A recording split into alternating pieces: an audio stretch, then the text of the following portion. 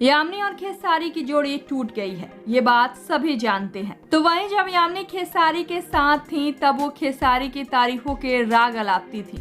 तो वहीं जब इनके बीच दरार आई है तब एक यूजर ने लिखा, आप काजल की तरह चढ़ावे में आ गई हैं। तो इस पर यामिनी ने क्या कहा, आप भी सुनिए। एक सेकेंड, किसी ने लिखा है आप चढ़ावे में आ गई हैं काजल की तरह।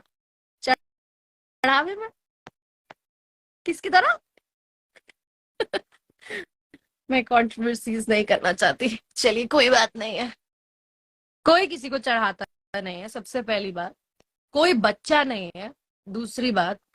और तीसरी बात ये कि जो हम लोग मेहनत कर रहे हैं, हम लोग काम करना जानते हैं, अकेले रहते हैं, माँ बाप से दूर रहते हैं, परिवार से दूर रहते हैं, काम करते हैं। इतनी बड़ी इंडस्ट्री, फिल्मी दुनिया कहा जाता है, मतलब बाहर वाली दुनिया अलग है और फिल्मी दुनिया एक अलग है। तो एक अलग दुनिया में हम लोग रहते हैं और सरवाइव करते हैं वहां पर। तो कुछ तो है ना, कुछ तो समझ होगी ही। तो मुझे लगता है सब में कुछ ना कुछ समझ है। कोई यहाँ बच्चा नहीं है, किसी को कोई चढ़ा नहीं सकता, किसी को कोई समझा नहीं सकता, किसी को कोई बहला फुसला नहीं सकता। और अगर आपको ऐसा कोई कर रहा है तो I think you should go to kindergarten. Then आप लोग किंडरगार्टन जाएं, पढ़ाई करें। वो लोग पहले वापस से नर्सरी से शुरू करें, मे बी शायद तब डेवलप होगा माइंड।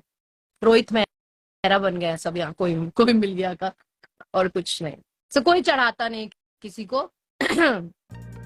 जी हाँ, जब से यामिनी और खेसारी की जोड़ी टूटी है लोग यामिनी को खूब ट्रोल कर रहे हैं और ये कह रहे हैं कि वो बहकावे में आ गई थी। वहीं जो यामिनी पवन सिंह के साथ काम ना करने के दावे करती थी, वही यामिनी आज ये कह रही हैं कि सबके साथ काम करना चाहिए।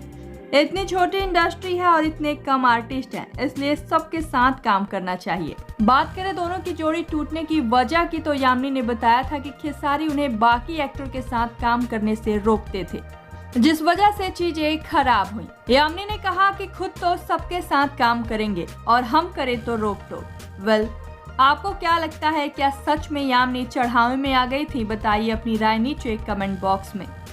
और भी ऐसे ही खबरों के लिए सब्सक्राइब कीजिए हमारे चैनल को।